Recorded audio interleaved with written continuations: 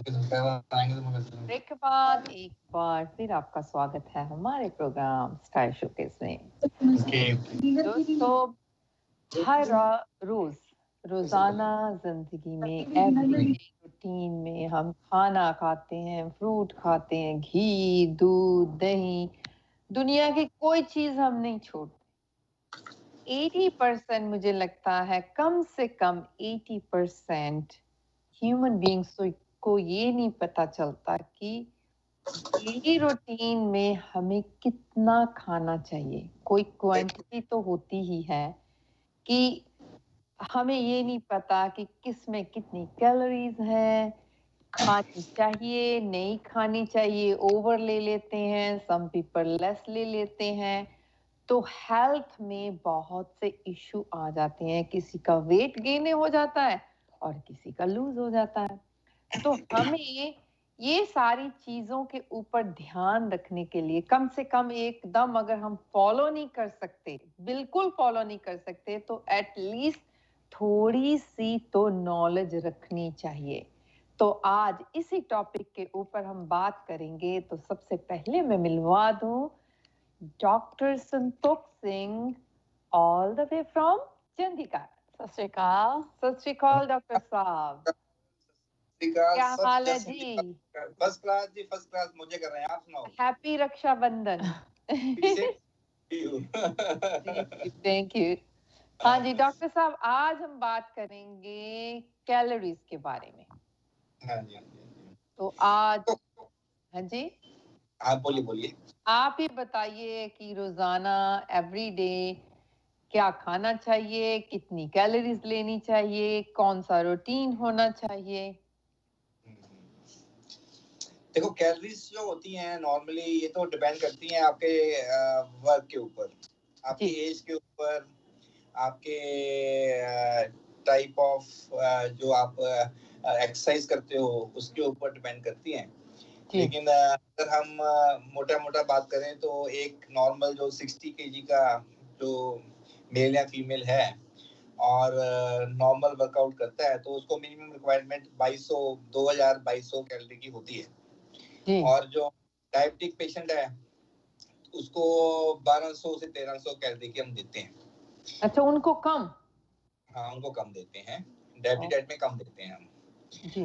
तो हम normal patient की बात करेंगे, हम पेशेंट की बात ही नहीं करेंगे, हम तो आम आदमी की बात करेंगे कि कैलोरीज में हमने डिसाइड करना है कि किसमें क्या कैलोरीज होती हैं। ठीक है ना।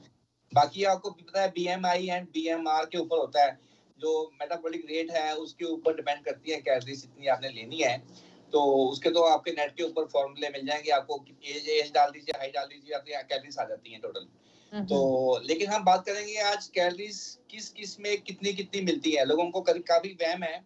मैं आपको बता दूं कि पानी के अंदर कोई कैलोरी नहीं होती, विटामिन्स के अंदर कोई कैलोरी नहीं होती, मिनरल्स के अंदर कोई कैलोरी नहीं होती और फाइबर के अंदर भी कोई कैलोरी नहीं होती। ठीक है, ये तो मोटा आप दिमाग में डाल लीजिए कि इन चारों में कोई कैलोरीज नहीं होती। कैलोरीज होती किस में है? कैलोरीज ओनली 3 चीजों में होती है, कार्बोहाइड्रेट, फैट एंड प्रोटीन। इसके अलावा कैलोरीज कहीं नहीं मिलती हमारे को। और इन तीनों से हमने प्रोपोर्शनेट कैलोरीज बॉडी की नीड के हिसाब से, बॉडी की नेसेसिटी के हिसाब से हमको लेनी पड़ती है कि कितना हमने उस हिसाब से चलना है आगे।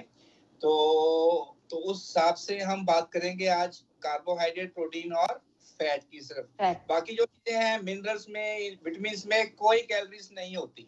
ये आप दिमाग में डाल लीजिए। पहले तो हम बात करते हैं सबसे पहले जो सबसे ज्यादा रसोई में जो काटा जाता है वो होता है आलू, पोटैटो। पोटैटो काफी काटते हो आप रसोई के अंदर, हर जगह ही मिलेगा। पोटैटो हो गया, अनियन हो गया, खीरा हो गया, दाल हो गई, आटे हो गया। तो इसमें कितनी कैलोरीज होती हैं। तो जैसे हम बात करें खीरे की, खीरा अगर हम 100 ग्राम की बात करेंगे, कोई भी चीज की बात करूंगा तो मैं 100 ग्राम की बात करूंगा। ठीक है जी। अब 100 ग्राम खीरे के अंदर 90%, 80 to 90% उसमें वाटर होता है। ठीक है जी। और बाकी उसमें 10% फाइबर होता है और थोड़ा बहुत कार्ब्स होता है, से 4 to 5 ग्राम। तो मतलब 100 ग्राम ऑफ खीरे में सिर्फ 20 कैलोरीज होती हैं। तो अगर हम वेट रिडक्शन के माहौल में जा रहे हैं तो सबसे बढ़िया रहेगा कच्ची सब्जियां। तो कच्ची सब्जियों में मोस्टली जो जमीन के ऊपर उगती हैं, जो सब्जियां होती हैं जो जमीन के ऊपर उगती हैं, उनके अंदर जो कैलोरीज होती हैं 100 ग्राम के अंदर, वो जो कैलोरीज होती हैं रफली ये 20 to 30 ग्राम 20 to 30 कैलोरीज के बीच में होती हैं।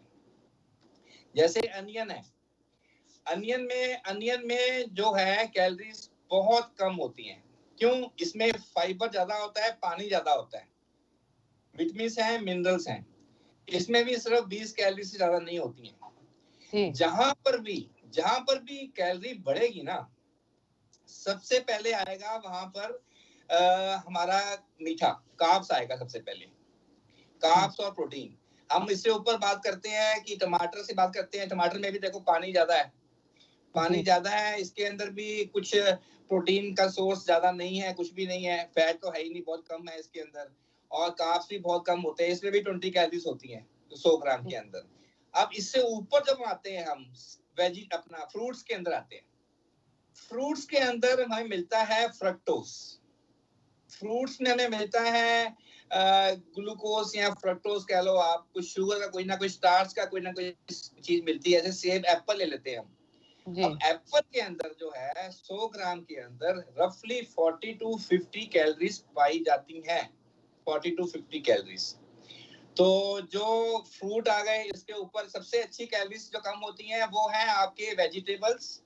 नंबर 2 में आ गया आपका फ्रूट्स, एंड नंबर 3 में आएंगी आपकी जो ये पल्सेस होती हैं, आपके जो आटा हो गया, सीरियल्स हो गए, ऑल ग्रेन।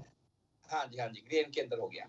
अब एक रोटी है, सिंपल हम रोटी लेते हैं, एक रोटी जो हम खाते हैं मतलब जो उसका वेट होता है रफली 35 ग्राम, और 35 ग्राम के अंदर 5 ग्राम तो आप लगा लीजिए कि उसमें पानी होता है, ठीक है जी, और 5 ग्राम उसमें लगा लीजिए आप कि फाइबर होता है, व्हीट का फाइबर होता है। 25 ग्राम रह गया, 25 ग्राम कार्बोहाइड्रेट होता है। तो कार्बोहाइड्रेट के अंदर 1 ग्राम के अंदर 4 कैलोरीज होती हैं, प्रोटीन के 1 ग्राम में 4 कैलोरीज होती हैं, फैट के 1 ग्राम में 9 कैलोरीज होती हैं। ये सिंपल फॉर्मूला है, 449। प्रोटीन एंड कार्ब्स के अंदर 4 कैलोरीज होती हैं 1 ग्राम में, और फैट में 9 कैलोरीज होती हैं। जैसे हम एक रोटी की बात करते हैं तो उसमें 25 ग्राम कार्ब्स मिलते हैं, तो उसके मतलब हो गया कि 100 कैलोरीज, 100 कैलोरीज एक रोटी में, एक चपाती में, एक चपाती में। अगर हम 100 ग्राम राइस खाते हैं सपोज, अब राइस में क्वालिटी होती है कि वो पानी बहुत एब्जॉर्ब करता है। 100 ग्राम राइस में जो मतलब कि उसके अंदर 75% पानी होता है। आई मीन टू से कि 25 ग्राम जो कच्चे चावल है उससे 100 ग्राम राइस बन जाते हैं, कुक्ड राइस। तो 25 आ गया फिर भाई formula, 25 gram of rice multiply by 4 is 100, मतलब 100 ग्राम राइस के अंदर, ठीक है, और एक रोटी के अंदर सेम कैलोरीज पाई जाती हैं, वो है 100 कैलोरीज। तो ऐसे ही हम मेजरमेंट करते हैं आगे, जहां कैलोरीज बढ़ती हैं वहां आता है फैट, वहां आता है रोटी के अंदर परोठा वहां आता है बॉइल्ड राइस के अंदर, जीरा राइस के अंदर फ्राइड राइस, ठीक है। जो फ्राइड कर दिया आपने वहां आ गया तेल। जहां तेल आ गया मैडम वहां तो फिर देखो ना 1 ग्राम में 9 कैलोरीज आएंगी सीधी, 1 ग्राम में 9 कैलोरीज आएंगी। उसकी मेजरमेंट करनी तो पॉसिबल नहीं रहेगी कि आप कितना तेल डालोगे फ्राइड राइस के अंदर। वो लोग तो पराठे के ऊपर चमचों के चमचे घी बटर तेल लगा कर खाते हैं। हाँ, देखो जो डाइट में हम देखना है कि हमने देखो जो भगवान ने चीज बनाई है सिंपल, व्हीट आटा है ना, उसको हमने एज इट इज कंज्यूम करना है। अगर हम वेट लॉस के चक्कर में है या वेट मेंटेनेंस के चक्कर में है जी। अगर हमने लगाना ही है, अगर हमने फैट लगाना ही है तो गुड फैट मक्खन लगा सकते हैं, वो भी थोड़ा सा, उसकी भी एक लिमिट होती है। आज हम बात कर रहे हैं सिर्फ कैलोरीज की, आज हम फैट की बात नहीं करेंगे, हम सिर्फ कैलोरीज की बात करेंगे। तो कैलोरीज ऑफ फैट के, फैट जो अच्छा फैट गंदा फैट की बात भी नहीं करेंगे, हम कैलोरीज की बात करेंगे। तो कैलोरीज ने नहीं देखना कि अच्छा गंदा क्या है, तो कैलोरीज ऑफ फैट 1 ग्राम 9। तो अगर हम मक्खन लगाते हैं तो मिनिमम मक्खन जो है वो 10 ग्राम तो लगता ही है परोठे के ऊपर। अच्छे से खाते हैं ना परोठे में लगा लगा के मक्खन। जी बिल्कुल। तो 10 ग्राम का मतलब हो गया 10 into 9 90 कैलोरीज। मतलब परोठा जो था, एक तो परोठे में जो आटा डाला उसमें 100 कैलोरी हो गई। एक परोठा बनाते समय आपने तेल डाल दिया, उसके अंदर थोड़ा तल दिया, उसमें अलग कैलोरीज तेल की आ गई, फिर आपने मक्खन लगा दिया बाद में। यानी कि एक पराठे में हम कम से कम लगाएं तो 300 कैलोरी एक पराठे में हम खा लेते हैं। Yes yes. डॉक्टर साहब अभी हमें लेना है एक ब्रेक, तो ब्रेक के बाद दोस्तों अगर आपको कोई क्वेश्चन है कैलोरीज के बारे में, डू कॉल अस। तो हम लेते हैं एक ब्रेक।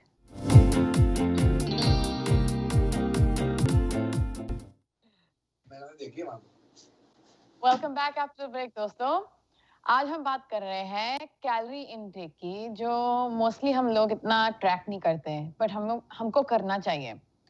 तो डॉक्टर साहब, मैंने आपको पूछना था कि जो लोग अपना वेट कंट्रोल करना चाहते हैं, जो थोड़े मोटे हैं तो अपना वेट कम करना चाहते हैं, उनके लिए तो ये अच्छा है, बट जो बच्चे होते हैं उनके लिए जरूरी है ये ट्रैक करना कि खाई जाए जैसे भी है?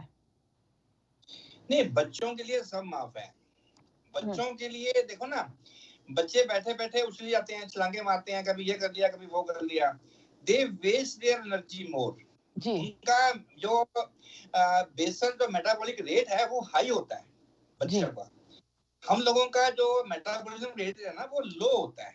बच्चे की बात नहीं कर रहा हूँ मैं यहाँ पर, मैं एक नॉर्मल जनरल की बात, नॉर्मल जो भी ठीक है। बच्चों का माफ है। बच्चों में ये है कि लिमिट मत बढ़ा दीजिए आप, है ना। बच्चों में तो सैचुरेटेड फैट भी अलाउड है, बच्चों में थोड़ा बहुत ट्रांस फैट भी अलाउड है, ऐसा कुछ नहीं है। लेकिन जो हम बात कर रहे हैं कि जो नॉर्मल, तो उसमें हम बात कर रहे हैं कि उसमें ये चीजें नहीं होनी चाहिए। तो मैं नॉर्मल बात कर रहा था, बाकी हम बात कर रहे थे कि फैट के बारे में, है ना। तो जहां पर भी फैट आ गया, जहां पर भी फैट डाइट में जुड़ गया, तो समझ लो उस फूड में कैलोरीज आ गई हैं। मैं आज सिर्फ कैलोरीज की बात कर रहा हूँ, गुड कैलोरीज की बात नहीं कर रहा हूँ, प्लीज। तो हमने अगर प्रोटीन खाना है, हमने कैलोरीज को भी देखना है ना। हमने प्रॉपर बैलेंस डाइट खानी है, साथ में हमने कैलोरीज की भी मॉनिटरिंग करनी है। अगर हम डाइट ठीक खा रहे हैं, बैलेंस डाइट खा रहे हैं, लेकिन कैलोरीज हाई हो जाएगी, काम गड़बड़। तो आई मीन टू से कि आप कोशिश कीजिए कि जितने भी बॉइल्ड चीजें हैं, जितने भी रॉ चीजें हैं, जितने भी बिना कुक्ड की हुई, बिना तेल में डाली हुई चीजें, आजकल तो तड़के लग जाते हैं बिना तेल के भी, बिल्कुल लगते हैं। हाँ बिल्कुल लगते हैं आजकल ड्राई फ्राई सब ये चीजें आ गई ना आजकल। तो ये चीजें आ चुकी हैं, तो तेल का जितना कम हम अमाउंट डालेंगे उसमें फायदा क्या होगा, we can eat more nutritional चीजें without increasing calories। हम ज्यादा खा पाएंगे, हम ज्यादा हंस-फूस हो पाएंगे, तो उसमें हमारी कैलोरीज भी नहीं बढ़ेंगी। तो दो चीजें हम मिक्स करते हैं नॉर्मली कि हम अच्छा खा लेते हैं, हम बहुत अच्छा फूड खा रहे हैं, या फिर मोटे हो गए, वहां हमने कैलोरीज का ध्यान नहीं दिया। ठीक है, जहां हम कैलोरीज का ध्यान देते हैं वहां हमने proper proportionate of quality of fat का ध्यान नहीं दिया। तो जो वेट को मेंटेन करना एक इबादत है, एक वर्शिप है मेरे हिसाब से। जो भी आप सुमन जी की देखो, बहुत अच्छी आपकी फिजिक है। जो आपने फिजिक बनाई है, बच्चे की भी अच्छी है, मनीषा की भी अच्छी है। तो जो फिजिक बनाई है, इसके पीछे मेहनत भी तो होगी ना, आप मानोगे इस बात में। आप ये थोड़े जो मिल गया आपने खा लिया, आपने सोच समझ के खाया कि उसमें कितनी प्रोपोर्शनेट ऑफ चीजें हैं और कैलोरीज का हमने खास ध्यान दिया है। हमारी जो इग्नोरेंस है कि हमें पता नहीं होता। मैं आपको एग्जांपल देता हूँ, एक होता है जो गुलाब जामुन, सिंपल गुलाब जामुन, उसकी एग्जांपल। गुलाब जामुन की जो वेट होता है वो रफली 50 ग्राम का होता है, 50 ग्राम जी, इजीली। उसमें डलता क्या है, उसमें डलेगा आटा या मैदा, और डलेगा उसमें खोआ, और डलेगा फैट, शुगर, ऑयल। हाँ ऑयल है ना, खोया और ऑयल है ना। खोया और जो ऑयल है उसकी कैलोरीज होगी 9, फैट है ना वो फैट है, और जो आटा और मैदा होगा उसकी कैलोरीज हो गई 4।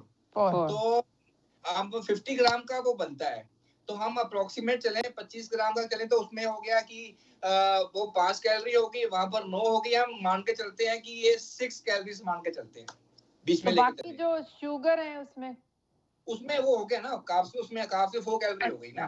अच्छा। तो 6 मान के चलते हैं पर ग्राम, तो 6 into 50 कितना हो गया, 300 कैलोरी।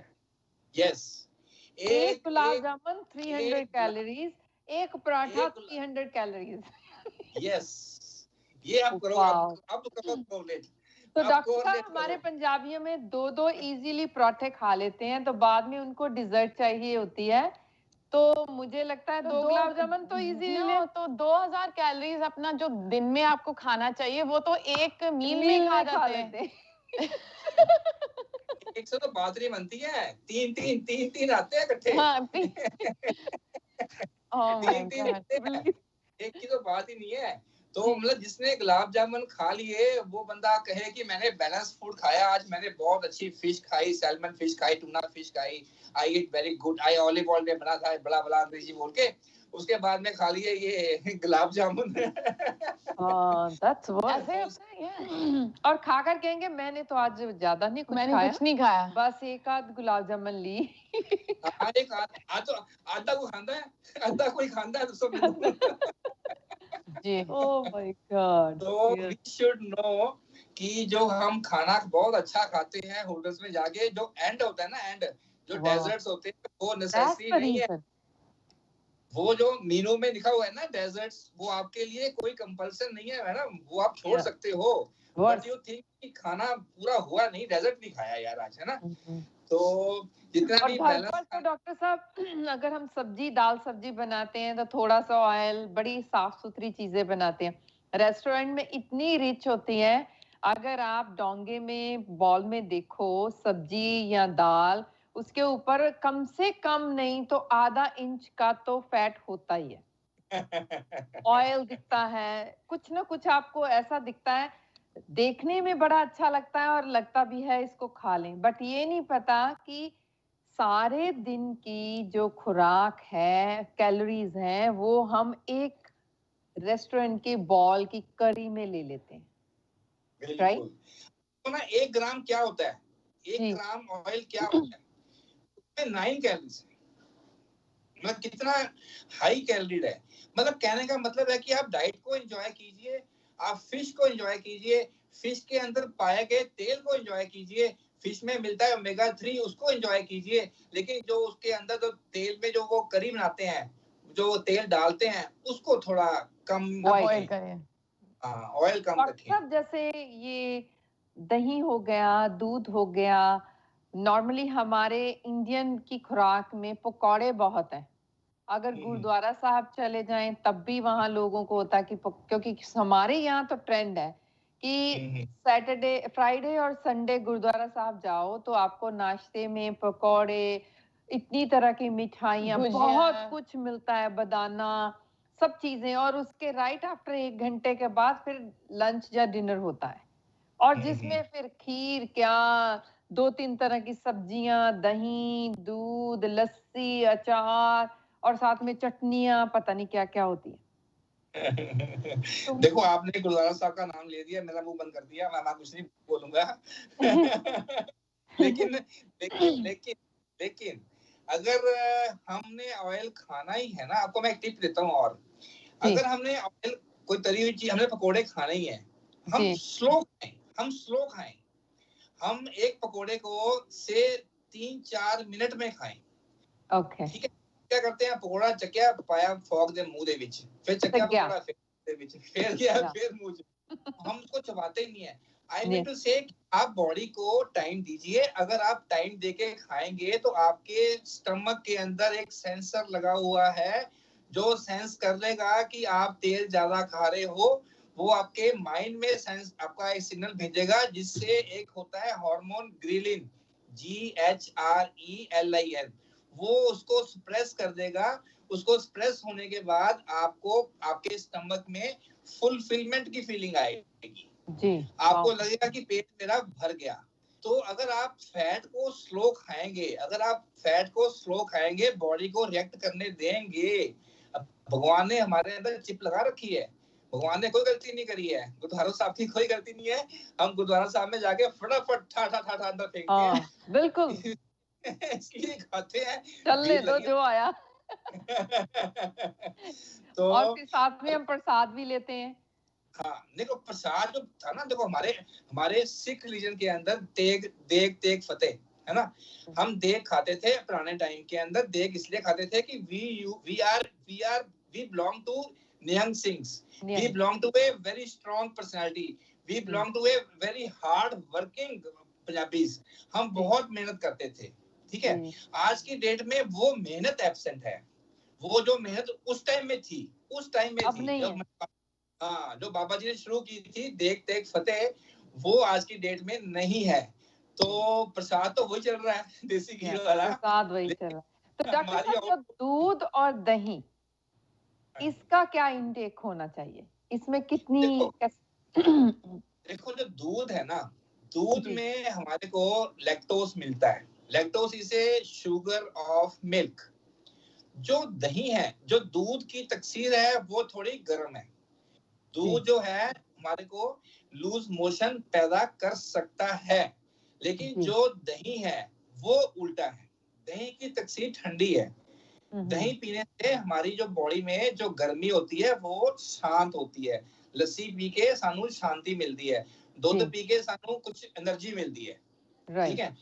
तो जो लस्सी है, लस्सी का डिफरेंट रोल है। जैसे हमारा पेट खराब होता है, लूज मोशन होती है, तो हम दूध को अवॉइड करते हैं, वहां पर हम लस्सी और दही का सेवन करते हैं, क्योंकि इट कंटेन्स ये अपना प्रोबायोटिक्स, जो समझाया था पिछली बार मैंने, तो उसमें प्रोबायोटिक्स होते हैं। तो जो दही के अंदर जो है वो उसमें जो हमारा मिल्क है, जो प्रोटीन है मिल्क का, जो फैट है मिल्क का, वो मटीरिया उसको चेंज कर देता है, उसकी फॉर्मेशन चेंज कर देता है। तो दूध है, उसके अंदर दूध इज वेरी गुड। दूध के अंदर जो कुछ भी मिलता है ना, दूध में एक खासियत है कि इसकी बायो अवेलेबिलिटी, इसकी एब्जॉर्बेंस हमारी बॉडी के अंदर 101% है। पूरा एब्जॉर्ब होता है दूध। दूध is a staple food of Punjabis. पंजाबियों ने दूध बिना नींद नहीं आती रात को, नहीं आती। डॉक्टर साहब, अभी नींद के बाद बात की है, तो हमारा आपसे विदा लेने का और हमारे व्यूअर्स से विदा लेने का टाइम हो गया है। टाइम हमें इजाजत नहीं देता कि हम इस बात को और बढ़ाएं, बट ये टॉपिक इतना अच्छा था, दिल करता है कि और भी बातें करते जाएं। तो दोस्तों, हमें लेना है आपसे भी विदा। Thank you so much doctor साहब। फिर मिलेंगे फ्राइडे एक नए टॉपिक के साथ। दोस्तों, जाने से पहले एक बार मैं आपको फिर बता दूं कि कल हमारे शो में हम लेके आ रहे हैं एस्ट्रोलॉजर कुणाल कुमार जी को, all the way from Delhi. तो अगर आपको कोई क्वेश्चन होगा, कुछ भी होगा, वी गने डिस्कस अबाउट एस्ट्रोलॉजी। तो हम मांगते हैं आपसे इजाजत, तो मिलेंगे कल। थैंक यू सो मच, नमस्कार, रब राखा, हैप्पी रखड़ी।